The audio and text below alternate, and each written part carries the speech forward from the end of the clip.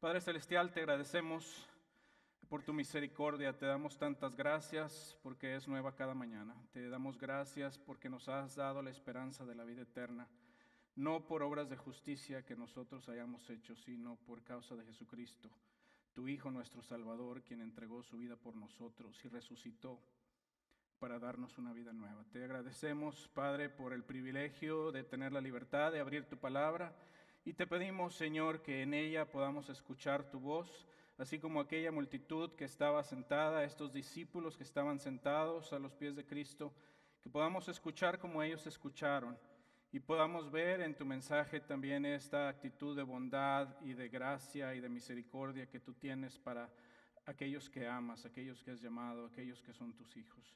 Aquellos que no te conocen, te pido que hoy conozcan de tu mansedumbre, de tu bondad, de tu gentileza y que puedan venir a experimentar la gracia que tú ofreces por el Evangelio. Gracias por tu palabra. Ayúdanos, Señor, y te lo pedimos, háblanos por medio de ella. En el nombre de Jesús, nuestro Salvador. Amén. Muy bien, si tiene Biblia, o si no tiene, ahí está una de las, enfrente de usted, la página es la 899. Vamos a estar leyendo estos 6 versículos de Mateo capítulo 7. Si usted ha estado con nosotros un poco de tiempo, sabe que estamos en una serie que se llama El Reino al Revés, ¿verdad? Y este reino al revés significa que está al revés para el mundo. Si nosotros no andamos parados de mano todo el tiempo, ¿verdad?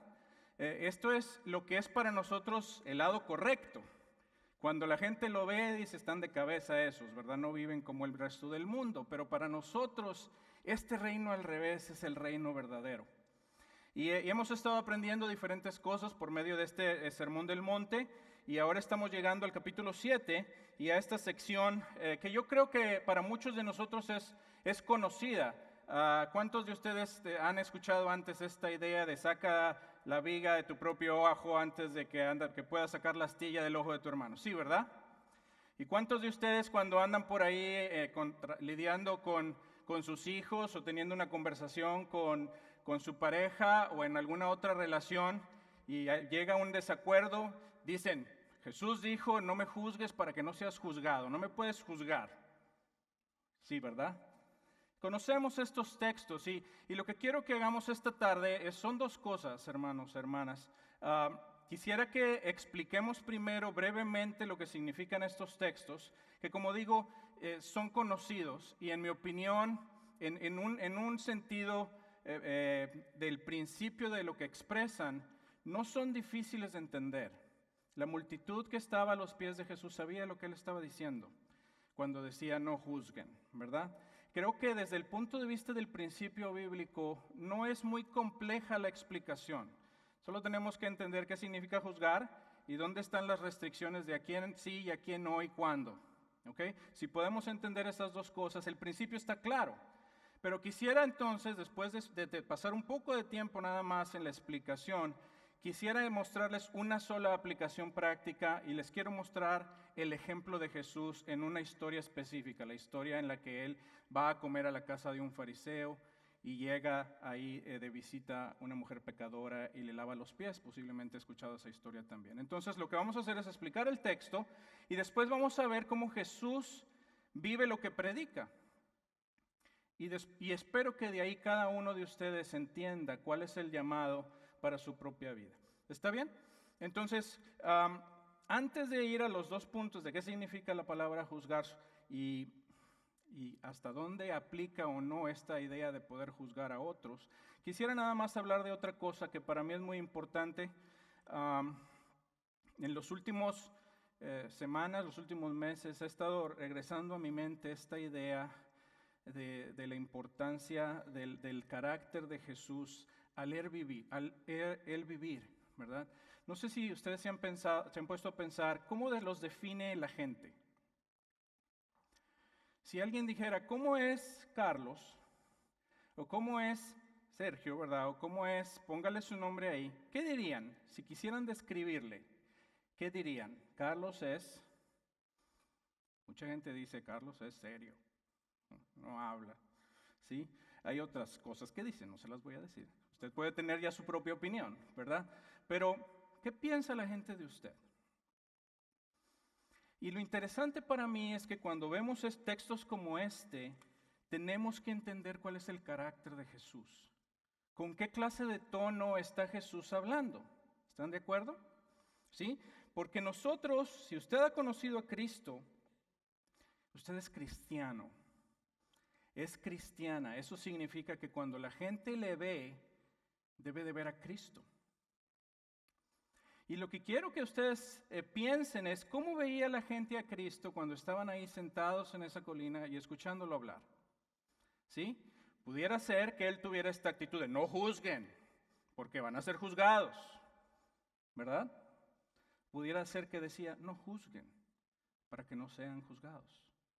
¿Cómo lo imagina usted? ¿Sabe que ya hice un problema aquí? Perdón. ¿Sabe que las personas que estudian comunicación han encontrado que cuando escribimos y cuando hablamos se pueden expresar 155 diferentes actitudes en el tono? 155, déjeme le leo algunas. Y aquí es donde usted puede pensar cuáles le describen a usted cuando se comunica y cuáles describen a Jesús. Fíjese, cuando usted habla o escribe, puede tener un tono acusatorio, agresivo, ambivalente, enojado, apologético, arrogante o benevolente, o compasivo, o preocupado, o crítico, o cínico, o sarcástico. Nomás es una hoja, tengo 4 hojas y nomás estoy leyendo algunos, ¿verdad? Dice diplomático el tono, dócil, entusiasta, evasivo, frustrado, gentil, humilde, imparcial,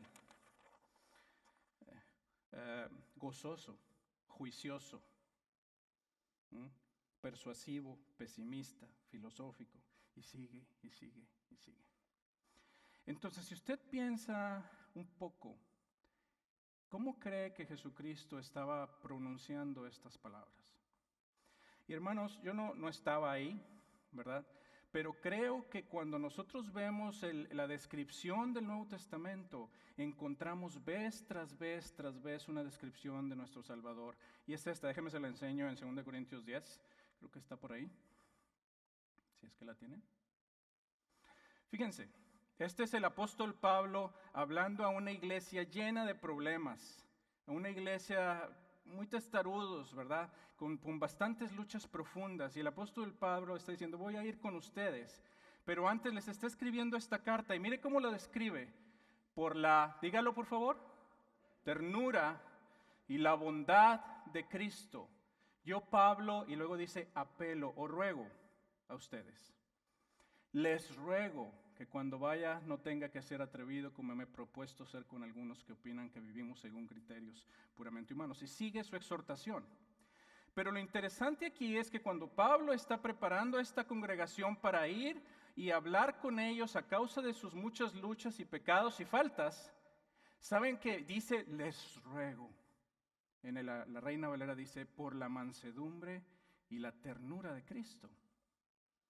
Y si ustedes ven el Nuevo Testamento, van a encontrar que vez tras vez tras vez nos dice que Jesús era un hombre compasivo, que Jesús era un hombre con profunda ternura, y que los siervos de él, como Pablo, cuando se acercaban a la iglesia, decía que ellos se acercaban a ellos como una nodriza que con ternura cuida a sus propios hijos.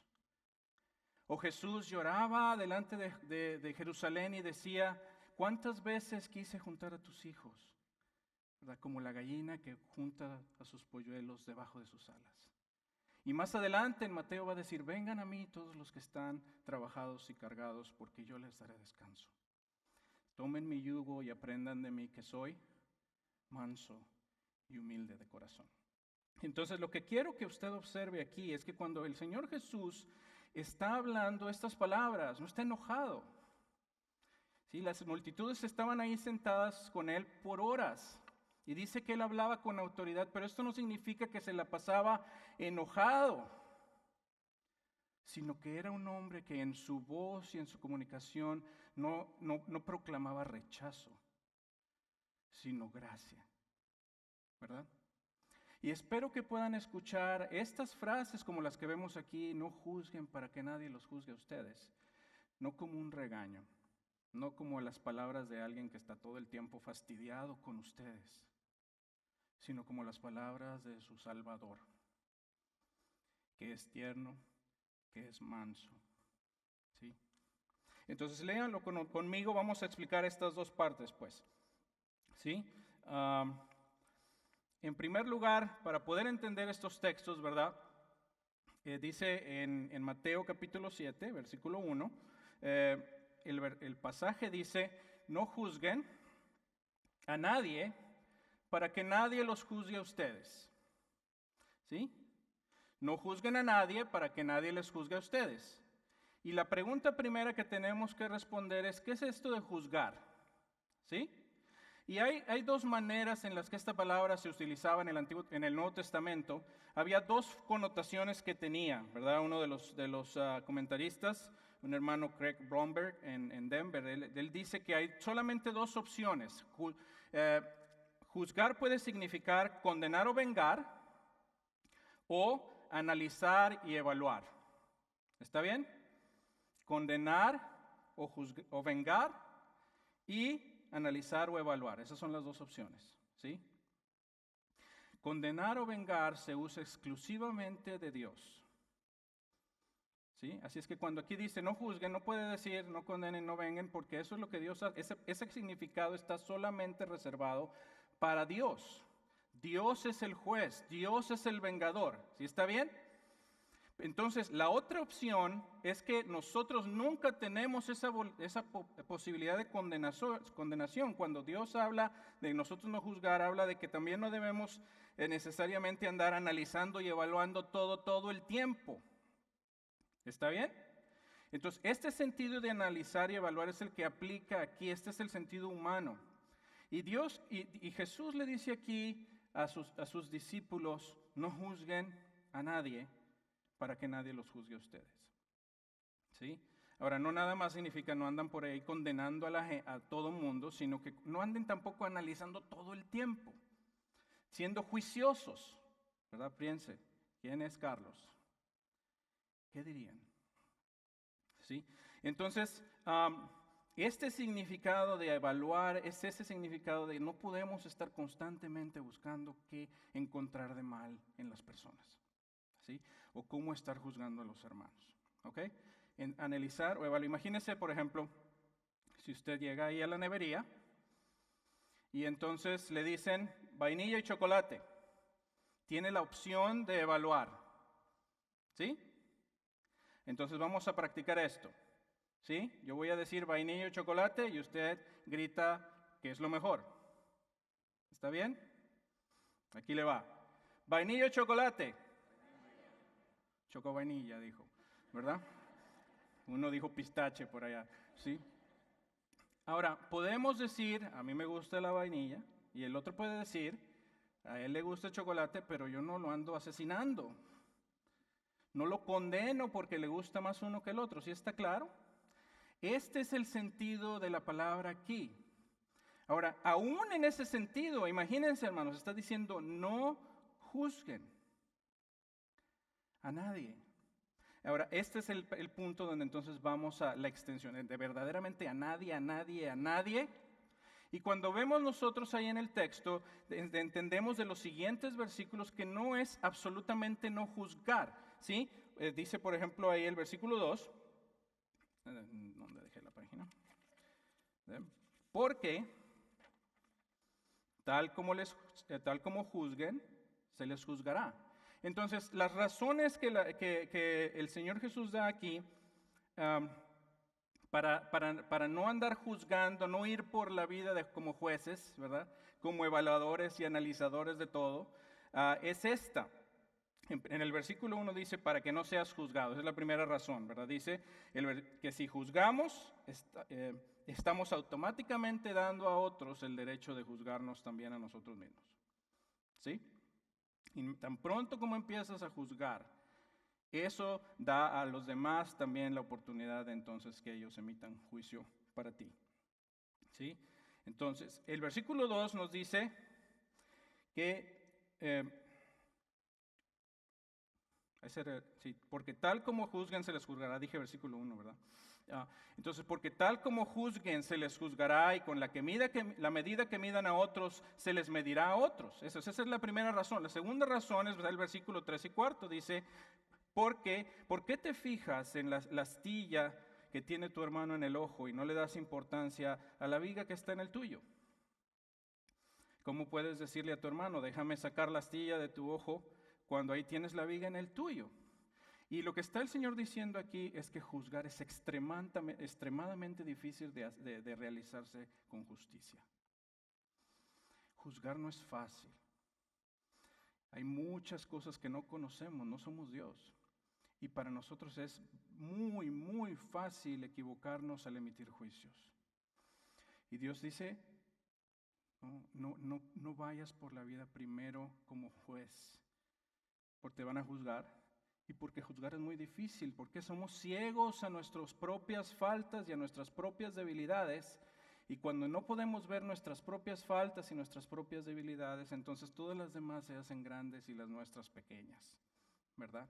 Entonces no debemos de tener esta práctica constante porque no estamos preparados. Es muy fácil ver las faltas en otros y muy difícil verlas en nosotros mismos.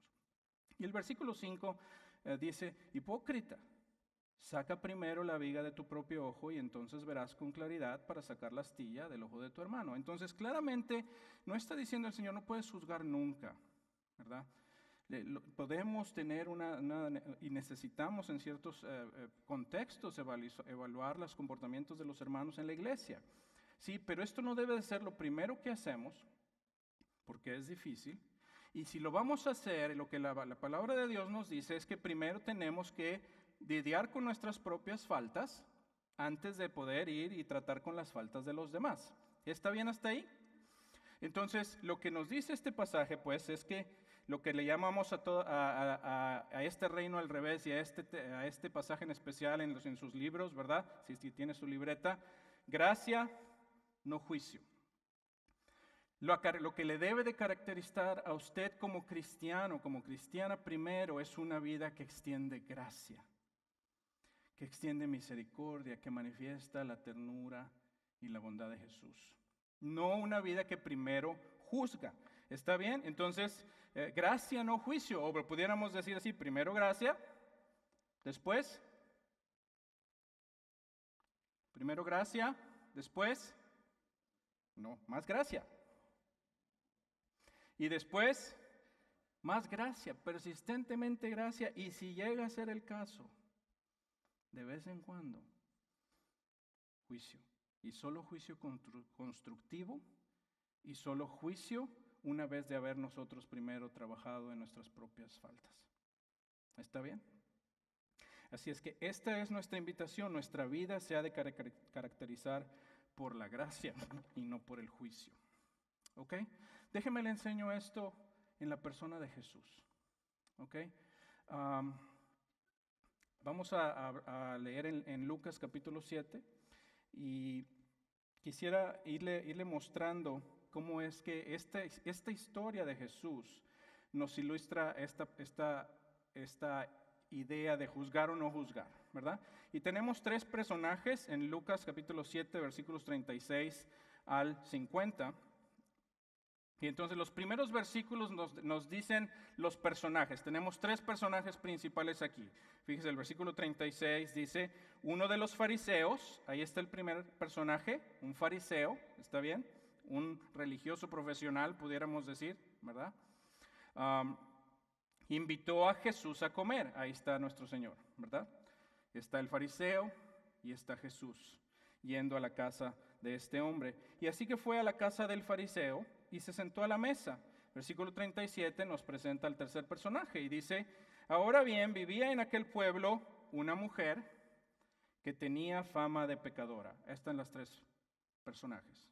¿Está bien? Y lo que quiero al estar nosotros leyendo este pasaje es que usted se haga esta pregunta, ¿quién soy yo en el texto?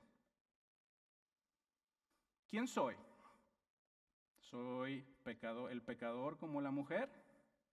¿O soy el religioso como el fariseo, que se autojustificaba a sí mismo? ¿O soy Cristo?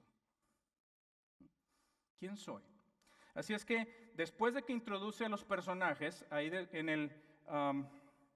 la segunda parte del versículo 37, nos enseña lo que está haciendo la mujer. Fíjense que ella nunca habla. Toda su comunicación es con sus acciones, ¿sí? Y esto es una oportunidad para juicio perfecta. Cuando vemos a la gente actuar sin hablar y sin explicar, es una oportunidad tremenda para juzgar, ¿sí? Entonces, ella nos representa a la persona juzgada. Imagínense cuando están en esta situación donde ustedes tienen la oportunidad de juzgar a alguien o no. La mujer representaría a la persona siendo juzgada. ¿Está bien? Después vamos a hablar del fariseo y el fariseo sería el que está juzgando. ¿Ok?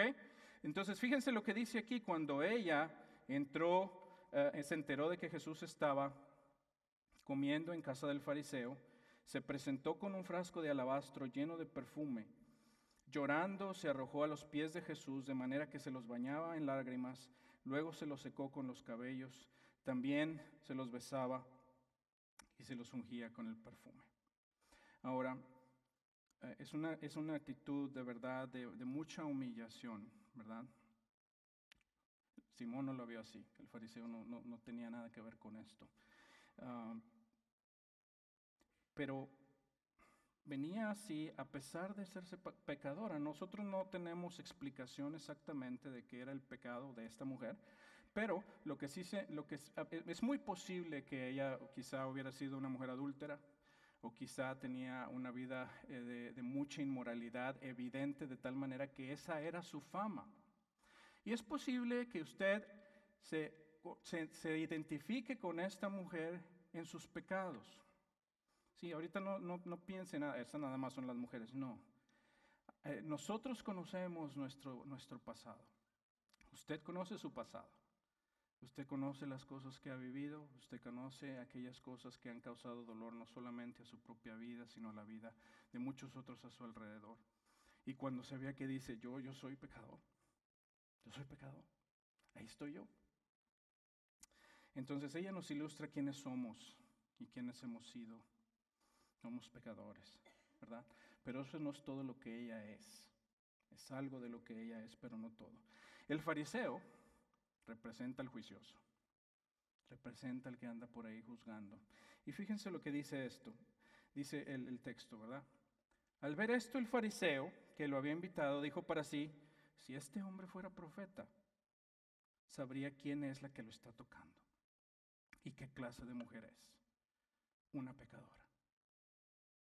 Ahora imagínense, ustedes están en esa escena, está Jesús ahí y llega una mujer conocida por su pecaminosidad, seguramente incluso se veía en algo de su apariencia. ¿Qué haría usted? Usted en su casa y llega una persona con fama de pecadora, ¿qué haría usted?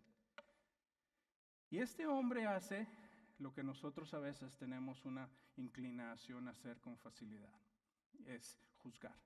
Y el pasaje nos enseña varias cosas que nosotros tendemos a juzgar, ¿sí? Nosotros juzgamos las acciones del pasado.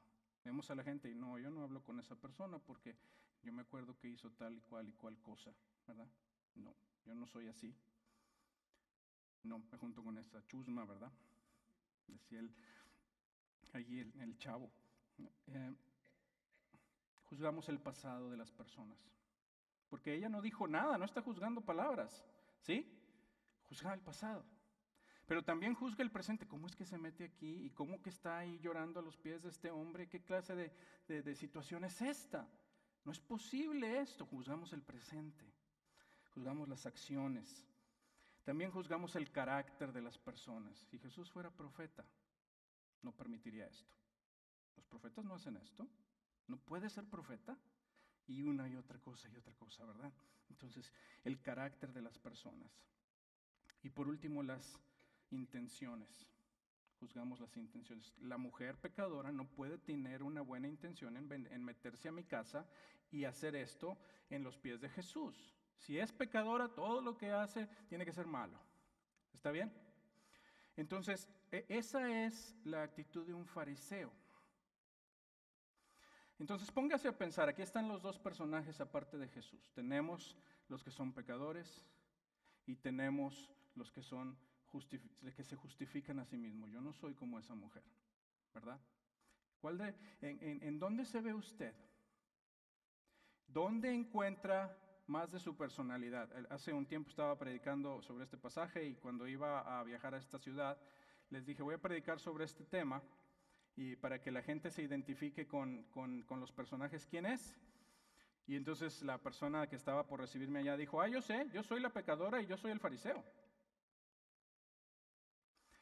Esa es nuestra posición más natural. Vemos historias como esta y no vemos a Jesús. Y no nos vemos a nosotros en Jesús, sino nos vemos nada más en el lado negativo. Yo soy fariseo, yo soy pecador, constantemente peco, constantemente fallo. Todo esto es lo que yo soy. Y no puedo entrar mucho detalle en relación a todas las cosas que están aquí, pero fíjense, hermanos, una cosa es importante al analizar a esta mujer y al fariseo. El fariseo no estaba equivocado cuando pensaba, esta es una mujer pecadora y un profeta debe de saber qué clase de mujer es esta. No estaba equivocado. El texto dice 3 veces que esta mujer era pecadora. Lucas le dice pecadora al principio del texto. El narrador le dice, esta tenía fama de pecadora. El fariseo la llama pecadora y Jesús la llama muy pecadora. Tenía muchos pecados. El fariseo no estaba equivocado. El problema no era que estuviera equivocado en su percepción, sino en su juicio. En su actitud hacia la mujer. No estaba equivocado en entender que era pecadora, estaba equivocado en cómo la estaba tratando. Estaba equivocado en cómo pensaba que debía reaccionar a ella. ¿Sí? Entonces, ¿quién es usted? ¿Quién es usted en una historia como esta? Y yo quiero invitarlo a que piense en lo que estábamos cantando, ¿verdad? Yo soy lo que Jesús dice que soy yo. ¿Sí? Y hermano, esta mujer verdaderamente era una mujer que había pecado mucho, pero no era todo lo que ella era. Era una mujer perdonada. Y este fariseo sí, era un hombre que se autojustificaba en esto, pero yo no puedo nada más vivir como fariseo por toda la vida. No tengo excusa para ello, porque soy cristiano. ¿Usted es cristiano o cristiana?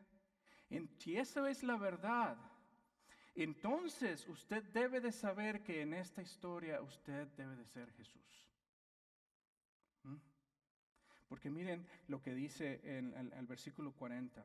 Fíjense la respuesta de Jesús, hermano, porque aquí está el no juzgues para que no seas juzgado.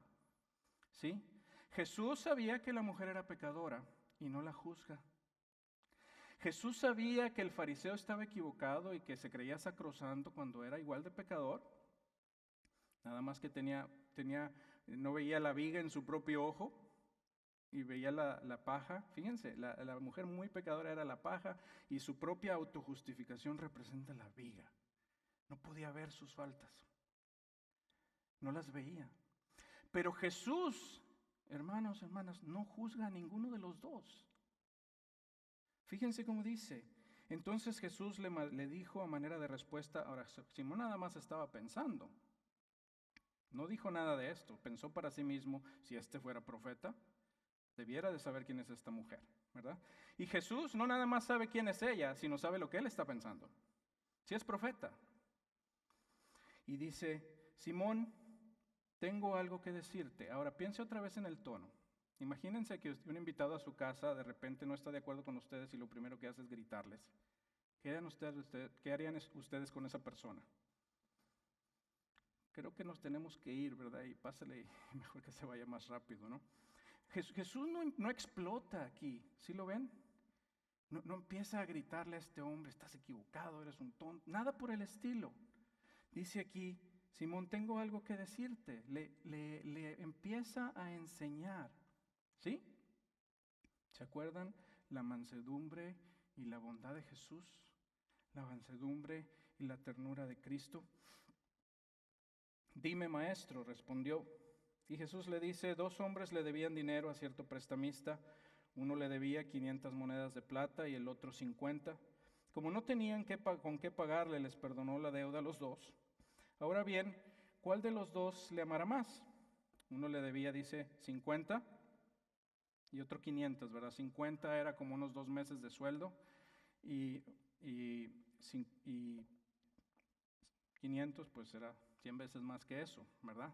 O pudiera pensar, pudiera comparar la diferencia entre que alguien le perdonara su deuda por la que tiene con su carro y a la otra persona le perdonara la deuda que tiene por la casa, ¿verdad? Y dice el Señor, ¿quién le amará más? Y él dice, supongo que aquel a quien más le perdonó, contestó Simón. Has juzgado bien, le dijo Jesús. Luego se volvió hacia la mujer y le dijo a Simón, ¿ves a esta mujer?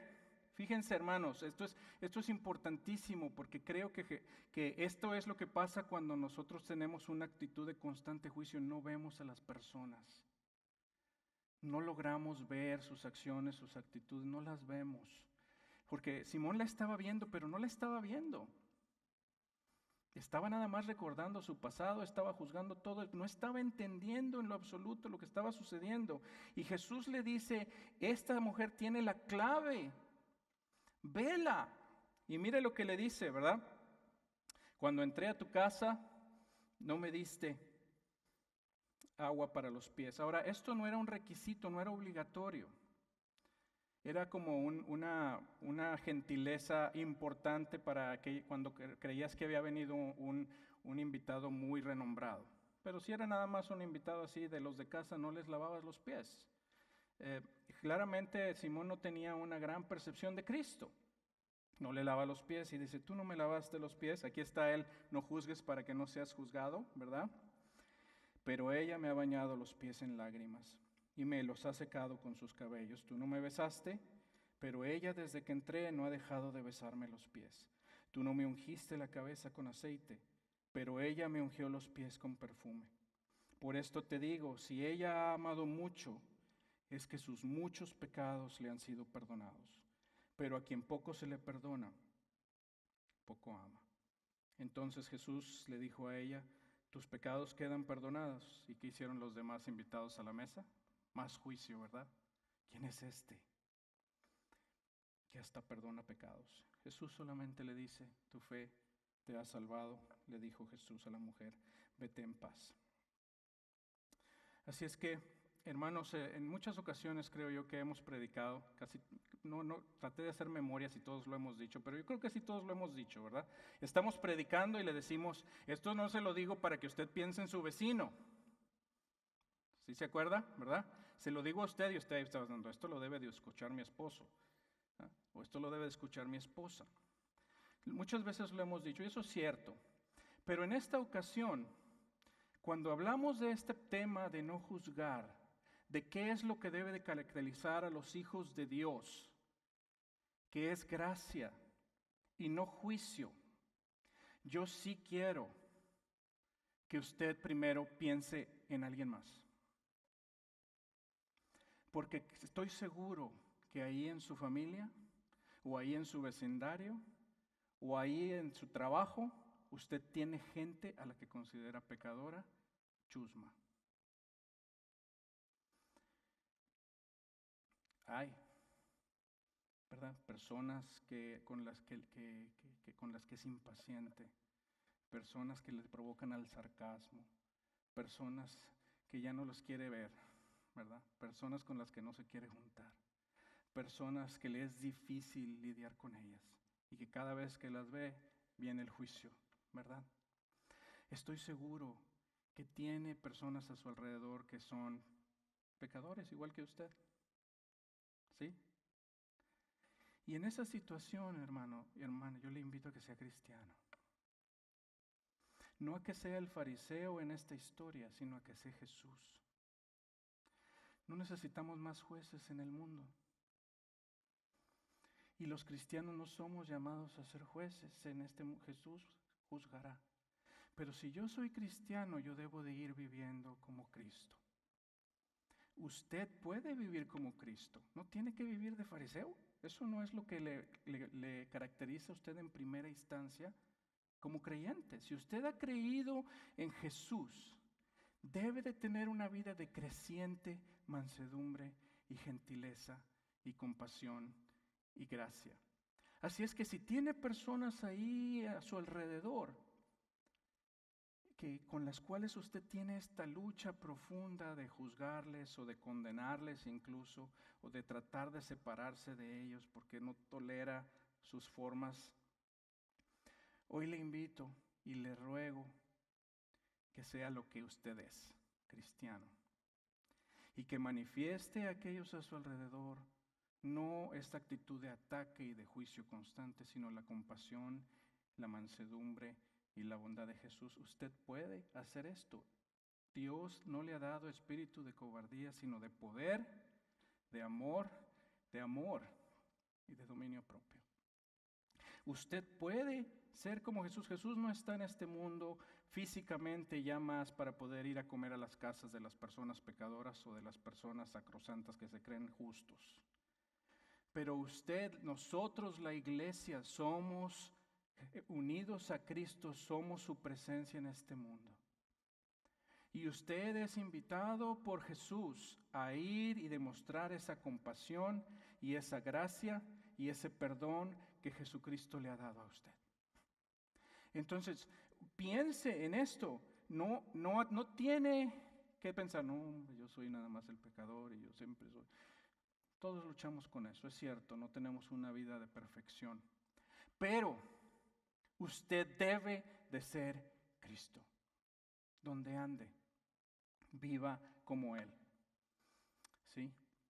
Déjenme, les doy una historia para terminar. Hace, como en el 2011, en el 2012 tuve la oportunidad de participar con un ministerio que se llamaba Jungle Master. Ya no existe, pero este ministerio se dedicaba a llevar primeramente agua limpia a las regiones de la selva del Amazonas en Perú. ¿Okay? Fue fundado por un hombre, se llamaba Thomas Clark, de allá de Washington, el estado de Washington. Este hombre se dedicaba, era un inventor y un mecánico y un montón de otras cosas, ¿verdad? Y él se dedicaba a reparar motores de barcos y de lanchas y de estas cosas. Y en sus viajes llegó allí a la selva de Perú. Y vio la necesidad tan tremenda y tan profunda que había en esos lugares. Y entonces empezó a ir a animarles. ¿Sí? Y entonces nos invitó a nosotros a ser parte de este esfuerzo. Y hermanos, estaba lejos, ¿verdad? Cuando yo estaba en Colorado tenía que viajar 12 horas a Lima y luego otras 2 horas al norte de Perú, a Iquitos, y de ahí tomamos un taxi que nos llevaba otras 2 horas a la orilla de uno de estas deltas del Amazonas, se llamaba el Marañón, el río, ¿verdad? Y ahí estaban los delfines de agua dulce y las pirañas por otro lado, y luego había que ir otras casi 4 o 5 horas arriba en lancha para llegar a una aldea pequeña que se llamaba Santa Rita. Y de ahí venían personas de toda la selva para un entrenamiento. Y hermanos, eran personas con un montón de luchas. Y uno podía decir, no, hombre, pues viajé un montón. Pero saben que algunos de ellos, usted vuela por encima de ahí del Amazonas peruano y cuando está volando solamente se ve agua y selva. Y hay más de 500,000 de personas ahí. Muchos de ellos nunca han escuchado el Evangelio, pero aún los que lo han escuchado, llenos de problemas y luchas. ¿Por qué? Porque no tienen quien les enseñe. Pero ellos cuando escucharon, va a haber una misión para pastores, va a haber un entrenamiento para pastores. ¿Sabe que unos de ellos se subían a estas canoas como de este ancho, ¿verdad? Que iban por el río como así de alto por encima del agua por 5 días. Desde que amanecía hasta que atardecía para llegar a Santa Rita. Venían del río, iban todo el día con el niño en brazos y amamantándolo, y venía el esposo y venía la esposa y todos los hijos, porque si el pastor se venía no encontraban comida para el día siguiente. Todos tenían que venir. Y cuando venían, hermanos, tenían toda clase de luchas y errores doctrinales y de emocionales y de todas clases en sus iglesias y en sus propias personas. Pero este hermano Thomas Clark no se la pasaba juzgándolos. Él dijo, necesitan ayuda.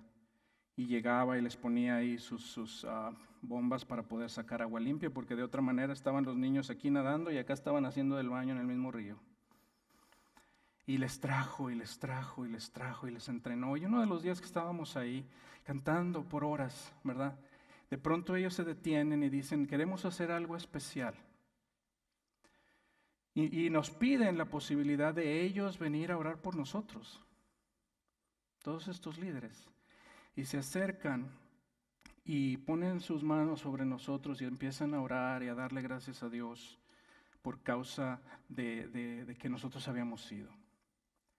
Y cuando terminan, hermanos, se arrodillan a los pies de Tomás y le quitan los zapatos y les lavan los pies. Y le dicen, tú viniste a servirnos y tú viniste a amarnos. Y no vieron jamás juicio de él, aunque había muchas necesidades. Este hombre fue para ellos Jesús. Y ellos lo sabían. Y esa debe de ser, creo yo, la invitación para usted y para mí. Cuando Dios nos invita a esto, a no andar por la vida juzgando, lo que Él quiere que sepan es que eso es lo que usted puede ser, porque es cristiano. ¿Sí? Entonces, si usted no ha conocido a Cristo y se ve nada más como la mujer, en Jesús hay compasión y perdón y esperanza. Si usted es fariseo, deténgase. No haga eso. Si tiene el Espíritu de Dios, usted puede tener la mansedumbre y la ternura de Cristo. Y yo le reto, viva de esta manera. Encuentre a su alrededor las personas que necesitan gracia. No necesitamos más juicio. Amén. Oramos. Padre Celestial, te agradecemos que verdaderamente tú has sido misericordioso y fiel con nosotros todos los días de nuestra vida. Te agradecemos, Señor, que tu paciencia es admirable, porque no te cansas de nosotros, Señor, con esta facilidad que nosotros en algunas ocasiones o en ciertas relaciones nos cansamos. Pero Padre, te damos gracias que cuando tú nos invitas a estas cosas podemos confiar que tú nos has dado de tu Espíritu para que podamos vivir conforme a la imagen de tu Hijo. Somos tus hijos y tenemos tu Espíritu, el Espíritu de Cristo. Y queremos vivir como tú. Ayúdanos, Señor, a ir por la vida con una actitud de gracia y no de juicio, con esta ternura y esta compasión y esta mansedumbre que caracterizaba a nuestro Salvador, porque Él es nuestro modelo a seguir. Te pedimos que guardes nuestras palabras, nuestras acciones, nuestras conversaciones, nuestras actitudes, nuestras respuestas, de tal manera que podamos reflejar a Jesús nuestro Salvador. Te lo pedimos en el nombre precioso de Jesús. Amén.